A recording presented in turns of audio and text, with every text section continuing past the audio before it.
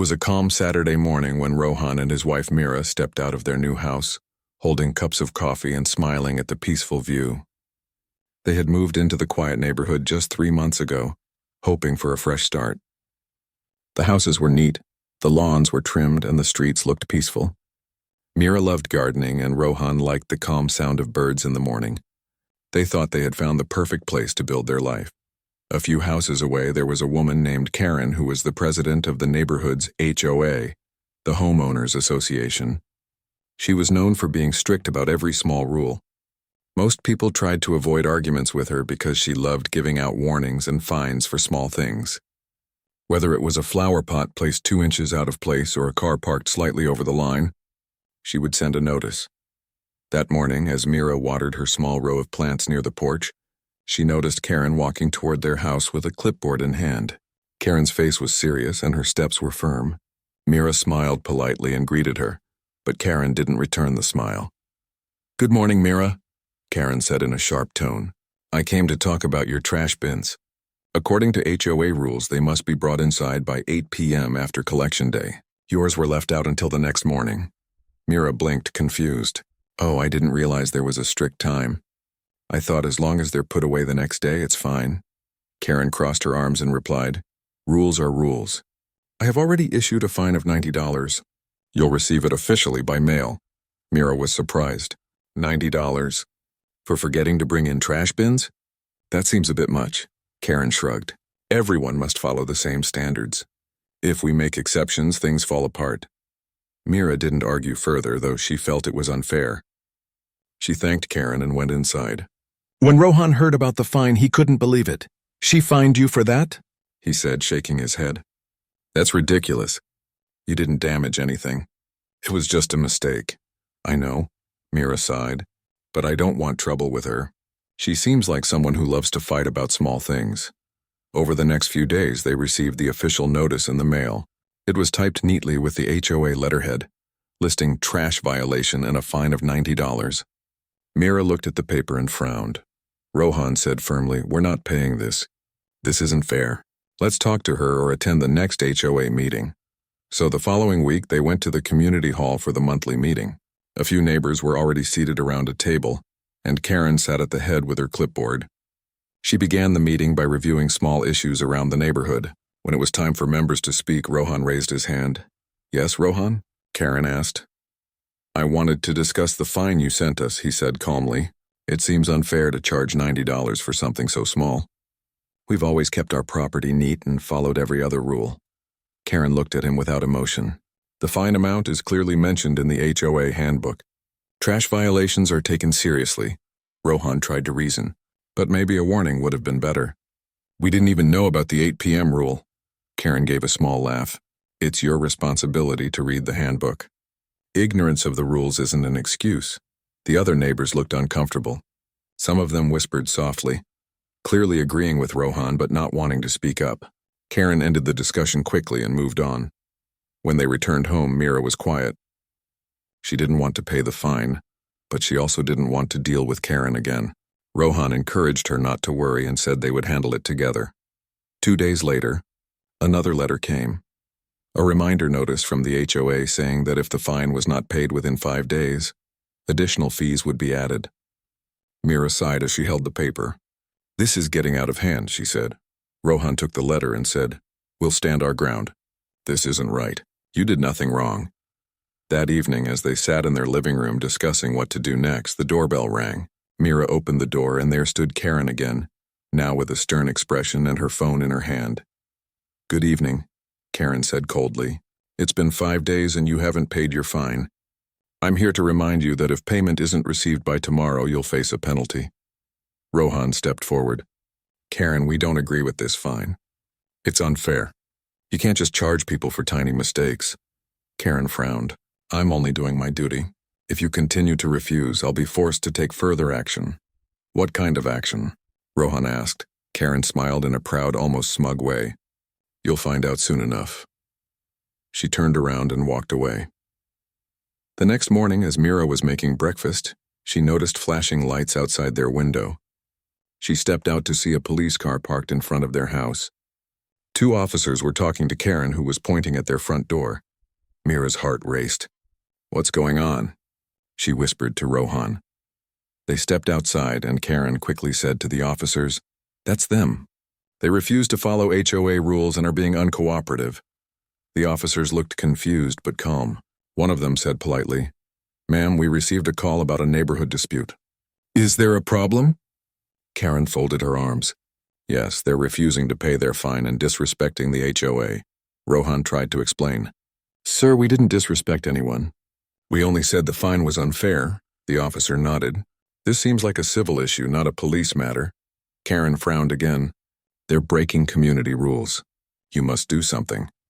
The officer said kindly, "Ma'am, HOA issues don't require police involvement unless there's a real disturbance. We can't force anyone to pay a fine." Karen looked embarrassed but tried to act calm. "Fine. I'll report this to the HOA board." After the officers left, Mira stood quietly, trying to stay composed. Rohan looked at her and said softly, "Don't worry. She's just trying to scare us." But something inside Mira had changed. She was tired of being pushed around. She walked back inside, sat down at the table, and opened her laptop.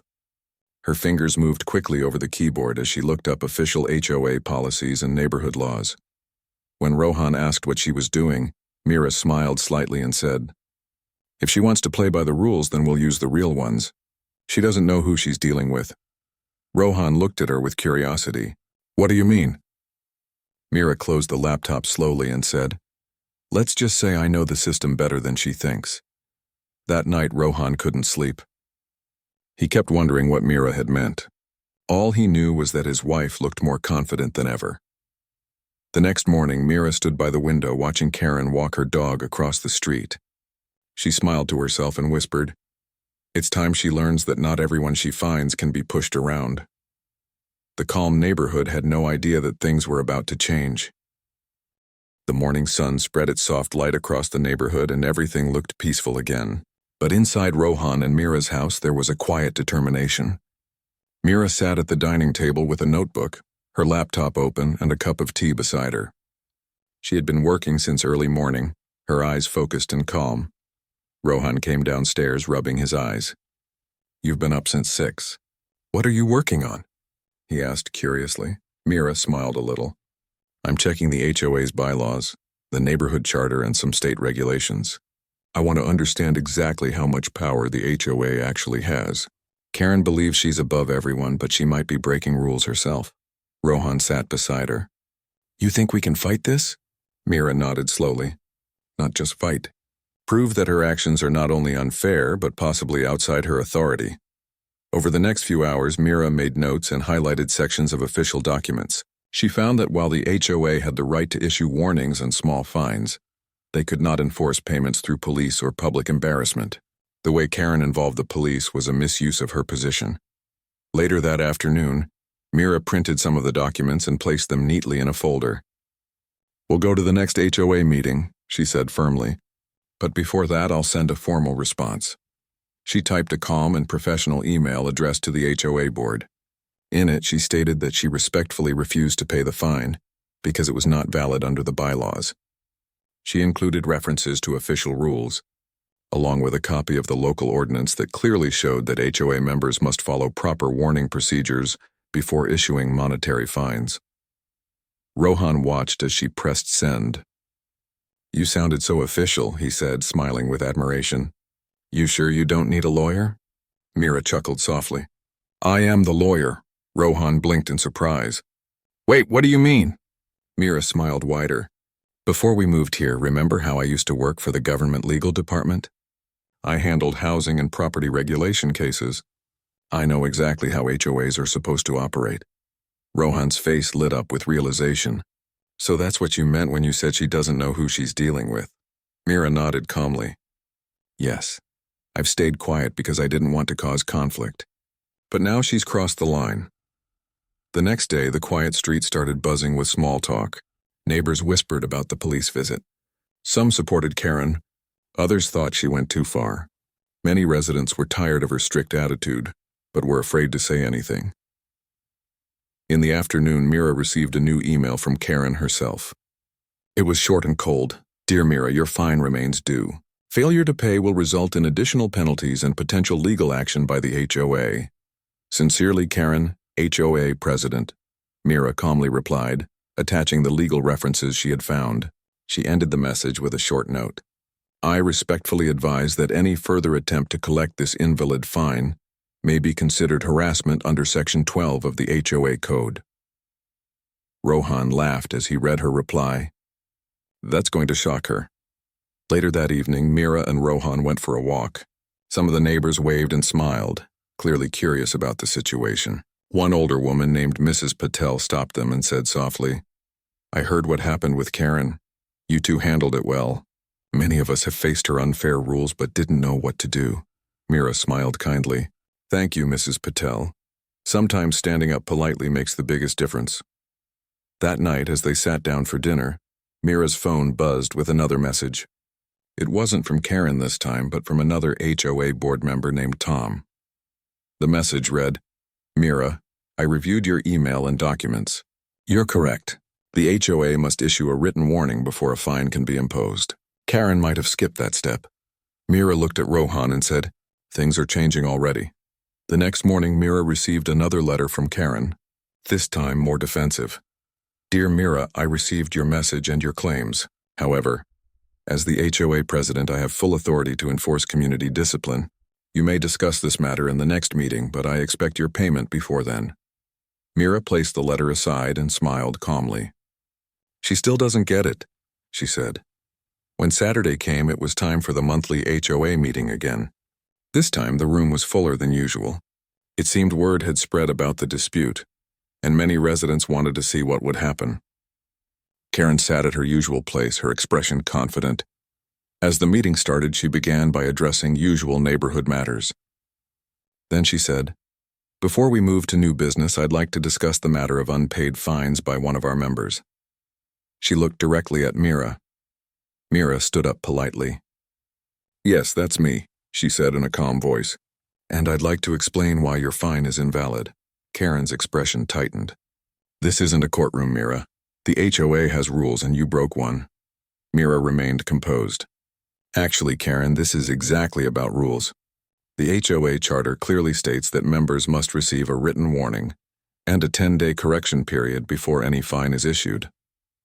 You skipped that step. That makes your fine invalid. The room went silent. Several neighbors turned their heads toward Karen. Some started whispering. Karen frowned. That's not how I interpret it. Mira opened her folder and handed copies of the official documents to the board members. Here are the relevant sections. I also have a confirmation email from Tom, who reviewed the same document and agreed. Tom nodded from his seat. She's right. We're supposed to issue warnings first. Karen looked frustrated. Fine, maybe there was a misunderstanding. But refusing to follow my direction still shows disrespect to the HOA. Mira spoke gently. Respect must be earned, Karen. We're neighbors, not subordinates. The HOA exists to serve the community, not to control it. A quiet clap came from the back of the room, followed by more. Soon, half the residents were clapping softly in agreement. Karen's face turned red as she realized she was losing support. After the meeting, several people came to Mira and thanked her. You said what we've all been thinking, one man said. She fines everyone for the smallest things. Maybe now she'll stop. Mira only smiled and replied, I hope we can all live peacefully and fairly. That evening, Karen stayed in her house, angry and embarrassed, but she wasn't ready to give up. She started digging through HOA policies to find something to use against Mira. She wanted to prove she was still in control. Meanwhile, Mira received a new message from the HOA board. They wanted her to attend a special review meeting next week to discuss possible changes to the HOA rules and leadership. Rohan looked at the message and smiled proudly. It looks like they want you to help fix what she broke. Mira smiled back. Maybe this is a chance to make the neighborhood better for everyone. But both of them knew that Karen would not accept defeat easily. The next meeting would not be peaceful, and Mira would have to face Karen again, this time in front of the entire board. The sun was just beginning to rise when Mira sat on the porch with her tea, reading through some printed papers. She looked calm, but inside she knew the next HOA meeting would be an important one. The special review meeting was scheduled for the next evening, and she had already prepared her notes and documents. Rohan joined her with a smile and said, "You look ready to go to court again." Mira laughed softly. "Not a court, just a community hall. But yes, I'm ready. It's not about the fine anymore. It's about fairness for everyone." Throughout the day, the neighborhood buzzed quietly about the upcoming meeting. People whispered while walking their dogs or checking their mailboxes. Everyone wanted to see what would happen between Karen and Mira. Some hoped Mira would bring change, while others thought Karen might try to defend her authority no matter what. By evening, the community hall was filled. It was rare to see so many residents at an HOA meeting. The board members sat in a row at the front.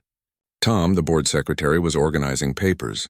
Karen sat in the middle, her expression firm but nervous. Mira and Rohan sat among the residents waiting patiently. When the clock struck 7, Tom stood up. "Thank you all for coming," he began. "We called this special meeting to review the recent incident involving the $90 fine and to discuss our HOA's procedures and leadership. We'll keep it respectful and fair." Karen immediately raised her hand. "Before we begin, I want to make something clear. This meeting is not about personal attacks. I've worked hard to maintain this neighborhood's standards. Rules exist for a reason." Mira listened quietly, then spoke when Tom nodded to her. "I agree that rules are important," she said in a calm voice. "But so are fairness and respect. This is not about one person's power. It's about making sure we all follow the same guidelines." Karen crossed her arms. "You broke the rule and refused to pay the fine. That shows a lack of responsibility." Mira opened her folder and handed out copies again. "Actually, according to our bylaws, I didn't break any rule that required a fine. You skipped the mandatory warning notice. I've also checked with the state housing department, and I can confirm that your action went beyond your allowed authority." The room filled with quiet murmurs. Some residents leaned forward, reading the papers she handed out. Tom cleared his throat. "I've confirmed that what Mira says is correct. The HOA must follow a specific process before issuing a fine. That process wasn't followed in this case." Karen frowned. "Even if that's true, I only wanted to keep the community clean and organized. People forget bins, leave decorations out, and ignore lawn care. If I'm not strict, things will fall apart." A resident named Mr. Lewis stood up. "Karen, no one's saying we don't appreciate your effort. But lately, it feels like the HOA is punishing people instead of helping them. We pay fees for maintenance, not for fear." Several people nodded in agreement. Another neighbor, Mrs. Patel, added, "When my grandson parked his bike outside for one night, you fined me $30. That was unfair too." Karen looked uneasy but tried to stay firm. "I was following the book," Mira said softly. "Sometimes following the book without understanding the purpose behind it can cause harm. We are a community, not a classroom with punishments." Tom looked around the room and said, "Maybe it's time to talk about improving how we manage this HOA. We need transparency and better communication." Karen's voice rose slightly. "Are you suggesting I've done something wrong?" Tom replied calmly, "No one is attacking you, Karen. But we need to fix the system so it doesn't feel unfair to the residents." The discussion continued for over an hour. Mira answered questions from the residents, explaining how the HOA should work under law and how to balance fairness with responsibility. Many residents were surprised by how clearly she explained complex things in simple words. They saw that she wasn't trying to fight but to improve the system. At the end of the meeting, Tom announced, "We'll vote next week to decide if we need to make leadership changes or update our rules." Karen stood up abruptly and said, "You can't just take away my role because of one complaint." Mira looked at her and said kindly, "Karen, no one wants to take anything from you, but leadership means listening. People are tired of fear.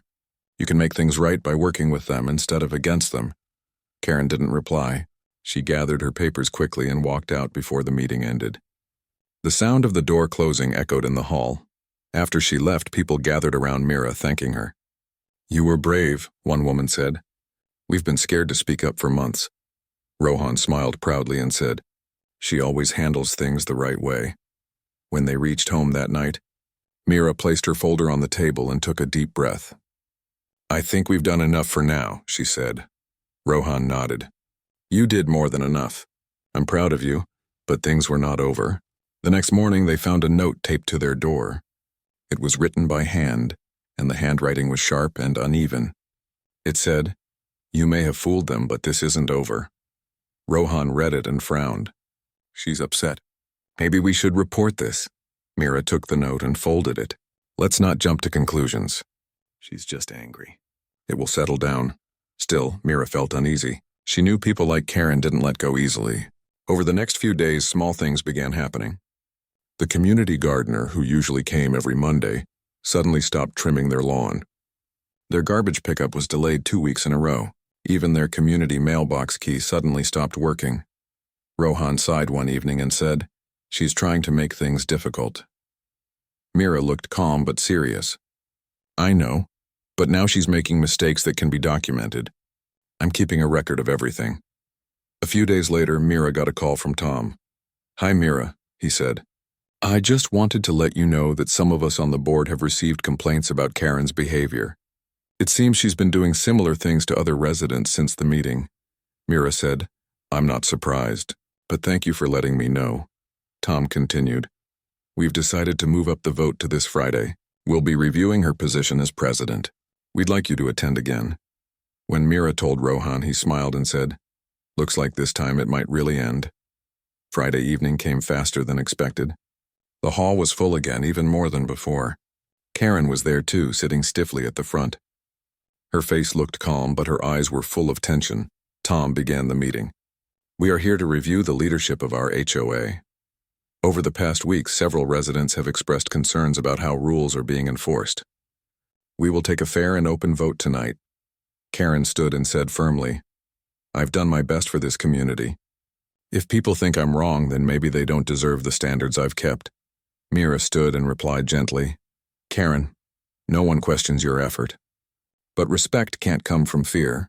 We want this community to be a place where people feel safe and heard." The vote began. Each resident was given a small paper to mark yes or no. The room was silent as people filled them out. After a few minutes, Tom collected the papers and counted them carefully. Finally, he looked up and said, "The result is clear. The majority has voted to remove Karen as HOA president." The room erupted in quiet clapping. Some people cheered softly. Karen stood frozen for a moment, then slowly gathered her bag. Without saying anything, she walked toward the door. As she passed Mira, she paused and said in a low voice, "You think you've won, but this isn't the end." Mira looked at her calmly. "It's not about winning, Karen, it's about what's right." Karen walked out and the door closed behind her. The sound felt final. Tom turned to Mira and said, "We'd like you to help us rebuild the HOA properly. You clearly understand the laws and care about the community." Mira smiled warmly. "I'd be happy to help." That night, as they walked home, Rohan said softly, "She may try something again, you know." Mira nodded. "Maybe, but this time the whole neighborhood stands with us." The calm street shimmered under the streetlights, and for the first time in a long while, it truly felt peaceful. The following week brought a new sense of peace to the neighborhood. The air felt lighter, and people smiled more often when passing each other on the street. The fear that once surrounded HOA meetings had faded. For the first time in months, residents felt like they had a voice. Mira had been officially invited to serve as the legal advisor for the new HOA committee. The board had decided to reform its structure, focusing on fairness, communication, and transparency. Tom became the acting president, and Mira volunteered to help rewrite the HOA rules so that no one would ever face unfair treatment again. Rohan watched with pride as Mira worked. Every morning, she sat at her desk with her laptop and a notebook filled with notes. She met with neighbors, listened to their experiences, and wrote down suggestions. She made sure every rule was easy to understand and fair to follow. One afternoon, she invited a few neighbors to their house for tea and discussion. Mrs. Patel, Mr. Lewis, and a young couple named Allie and Sophia joined them. Everyone sat comfortably in the living room, sipping tea as Mira listened carefully. Mrs. Patel said, "It feels so good to finally talk without worrying about fines or warnings." "I hope it stays this way." Mira smiled kindly. "It will, as long as we keep things open and respectful. The HOA should be a system that helps people, not one that scares them." Mr. Lewis nodded. "I think people are ready for change. We just needed someone brave enough to start it." Mira shook her head modestly. "It's not about bravery. It's about everyone standing together. I just spoke up first." They all laughed softly, feeling united in a way they hadn't before. The new spirit of the neighborhood began spreading quickly. People started helping one another again. Yards looked lively, and children played outside without anyone worrying about strict rules. But while the neighborhood thrived, Karen's house remained silent. The curtains stayed closed and no one saw her outside. Some neighbors said they noticed her watching through the window. Others said she was planning something. Rohan mentioned it one evening as he sat with Mira on the porch. She hasn't shown her face in days. Do you think she's planning to cause trouble again? Mira sipped her tea and answered calmly. Maybe she's just embarrassed. Losing her position must have been hard for her. Rohan nodded. You're kind even to her. Most people wouldn't be. Mira smiled softly. Kindness doesn't cost anything. Sometimes people act harshly because they feel powerless. She was too focused on control and forgot about compassion. A few days later, Tom called Mira and said, We've finalized the new rulebook draft. We'd like to review it publicly next Saturday. Can you present the main changes? Mira agreed. She spent the next few evenings preparing her notes. She wanted to make sure every resident understood the updates clearly. When Saturday arrived, the community hall was full again. This time, the mood was cheerful. The atmosphere felt friendly and open. There were snacks on the side tables and people chatted freely. It was a different world from the tense meetings they once had. Mira stood at the front with Tom beside her. She began, Thank you everyone for being here. We've worked hard to make these rules fair and simple. Our goal is to build trust, not fear. She explained that small mistakes would now receive friendly reminders instead of fines. Major issues would go through a fair review process. There would also be a suggestion box for residents to share ideas or concerns anonymously. The audience nodded approvingly. Some even clapped after certain points. Tom then announced, We're also forming small neighborhood teams to help each other with gardening, maintenance, and events. This is our chance to rebuild our community spirit. As the meeting ended, people came up to Mira, shaking her hand and thanking her. Even the children smiled as they handed her small thank you notes their parents had helped them write. When Mira returned home that evening, she felt deeply satisfied. Rohan welcomed her with dinner ready on the table. So how did it go? He asked. She smiled. Better than I expected. Everyone agreed on the new rules. It feels like the whole community is healing, Rohan said warmly. You've done something special, Mira. You turned a fight into progress. Later that night, after dinner, Mira stepped outside to take a quiet walk. The streetlights glowed softly and the night air was cool. As she passed Karen's house, she saw the curtains move slightly. She hesitated for a moment, then decided to walk up the path and knock gently on the door. After a long pause, the door opened a few inches. Karen stood there looking tired and uncertain. Mira gave her a gentle smile. Hi, Karen, I just wanted to check in on you. We haven't seen you around lately. Karen looked surprised. You came here to check on me? After everything? Mira nodded. Yes, we're neighbors after all. Karen sighed and leaned against the doorframe. I know everyone's angry with me. I was only trying to keep things perfect. I thought being strict was the only way to make people follow rules. Mira said softly. Sometimes control feels like the only way to stay in charge. But people don't need control. They need trust. You cared about the community, but the way you showed it made them afraid. Karen looked down. I didn't realize how it felt for them. When I saw everyone cheering at that meeting, I felt like I lost everything. Mira said kindly, You didn't lose everything, Karen. You still live here. You still have people who can forgive you. You can be part of the new beginning if you want. Karen looked at her with hesitation. After all the things I did, do you really think they'd accept me? Mira smiled gently. If you show them the real you, yes. Everyone deserves a chance to change. For the first time in weeks, Karen's eyes softened. You're a better person than I gave you credit for. Mira chuckled softly. We all make mistakes. What matters is what we do after them. Karen nodded slowly. Maybe I'll come to the next community event. It's been lonely watching from inside. Mira smiled warmly. You'll be welcome there. The next weekend, the HOA hosted a small outdoor fair to celebrate the start of the new committee. Families brought homemade food, children played games, and neighbors laughed together. There was music, laughter, and a sense of unity. To everyone's surprise, Karen arrived quietly holding a small tray of cookies. At first, people looked unsure, but Mira walked up to her, smiled, and said, I'm glad you came. Let's put these on the main table. Soon others began talking to her. Some even complimented her baking. Little by little, the tension around her started to fade. Karen smiled shyly and joined a few conversations.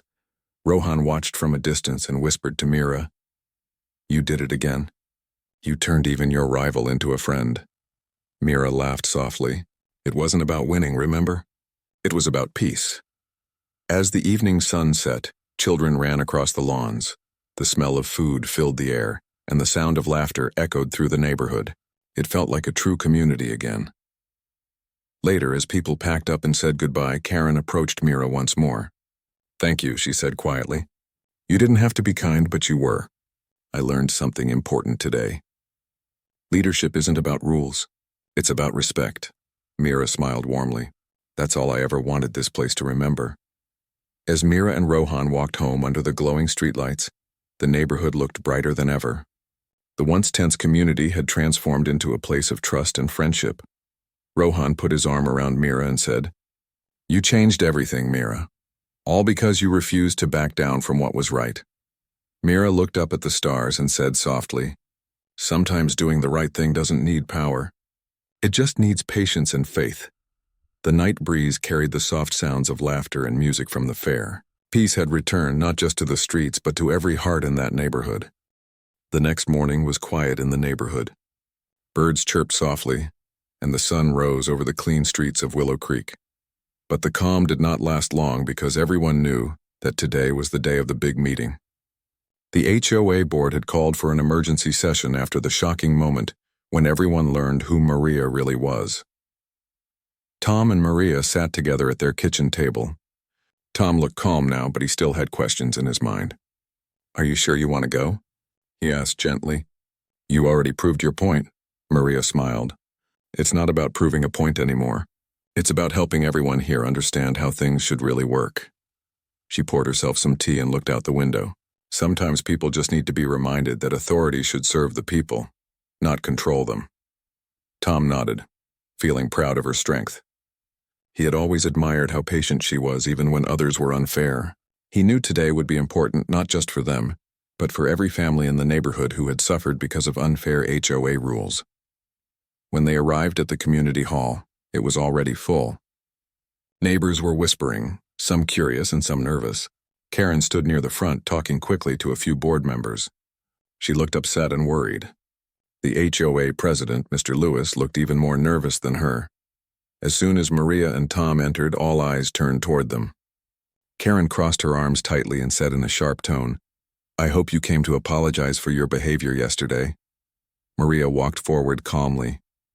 "Actually," she said, her voice firm but kind, "I came to help fix what's broken here." The room went silent. Even Karen stopped talking. Maria walked to the front and faced the crowd. "Yesterday, many of you were shocked to find out that I work for the State Housing Authority. That's true. My job is to make sure that local associations like this one follow fair rules and treat residents with respect." A murmur spread through the crowd. Some neighbors smiled, realizing she was not just defending herself but everyone. Maria continued, "I have received many letters and calls from people across the city about unfair treatment by their HOAs. But it is rare for me to see it so closely, right where I live. I moved here with my family because we believed this was a peaceful, respectful community." "I still believe it can be," Karen interrupted loudly. "Are you saying we're bad people? We follow the rules. You just think you're above them." Maria turned to her. "No one is above the rules, Karen. Not me, not you, not even the HOA board. But rules should be clear, fair, and reasonable. A $90 fine for a small flower pot was unfair, and calling the police over it was unnecessary." Some people in the audience nodded in agreement. One older man raised his hand. "She's right," he said. "Last month they fined me for painting my fence even though I used the approved color." Another woman added, "They charged me a late fee even when I never got the notice. It's not right."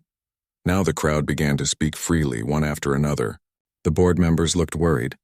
Karen tried to interrupt, but Maria lifted her hand gently. "Let's give everyone a chance to speak," she said. One by one, residents shared their small but painful stories.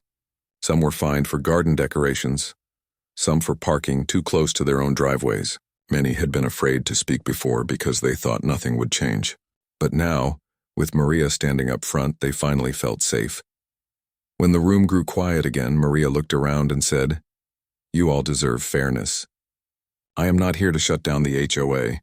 I am here to help it work the way it should. The rules can stay, but they must be revised. I will personally oversee the process to make sure they are fair and follow state guidelines." Karen looked pale. "You can't just take over." "We were elected," Maria nodded. "I am not taking over, Karen. You can stay on the board if you wish, but from now on, transparency and fairness will be required. That means no secret meetings, no personal fines, and no intimidation." Tom stepped forward and said kindly, "We all live here together. We should help each other, not punish each other. Isn't that what a community means?" His words touched many hearts. People started clapping softly at first, then louder. Even Mr. Lewis, the HOA president, stood up and said, "Maria, you're right. I think we lost sight of what this was meant to be. We wanted order, but it turned into control. We're ready to cooperate." Karen tried to speak again, but this time her voice shook. "I was just trying to keep things neat," she said quietly. "I didn't mean to hurt anyone." Maria nodded gently. "I know you care about the neighborhood, Karen, but leadership is about listening, not forcing. You can still help if you're willing to work with others, not against them." There was silence for a moment, and then Karen slowly nodded. It was clear she felt embarrassed, but also relieved. For the first time, she didn't look angry. By the end of the meeting, a new plan was formed. The HOA board would work with Maria and several residents to rewrite the community guidelines. Fines would be reviewed, and unnecessary rules would be removed. Every resident would be given a clear, simple list of responsibilities and rights. As everyone left the hall, people came up to thank Maria and Tom. Some said they finally felt heard. Others said they were proud to live in Willow Creek again. Children ran around the yard outside while the adults chatted happily. Later that evening, Maria and Tom sat together on their porch. The sky was turning orange with the sunset. Their house looked peaceful again. The same little flower pot sat near the steps, bright with fresh flowers. Tom smiled. "You did it," he said. "You turned this whole place around." Maria shook her head softly. "We did it," she replied. "Everyone just needed a chance to be heard." Across the street, Karen stepped outside her own house and waved shyly. Maria waved back with a smile. It was a small gesture, but it showed that even difficult people could change when given kindness and understanding. The days that followed were different in Willow Creek. Neighbors who once avoided each other now talked again. The HOA meetings became open and friendly. People planted flowers, painted fences, and helped each other with repairs. Tom often said later that the whole story began with a single flower pot and a stubborn fine. But to Maria, it was more than that. It was a reminder that fairness, respect, and kindness can solve problems that rules and power never can. And from that day on, Willow Creek was not just a neighborhood with houses and lawns. It became a real community where everyone, no matter their title or position, was treated with equal respect.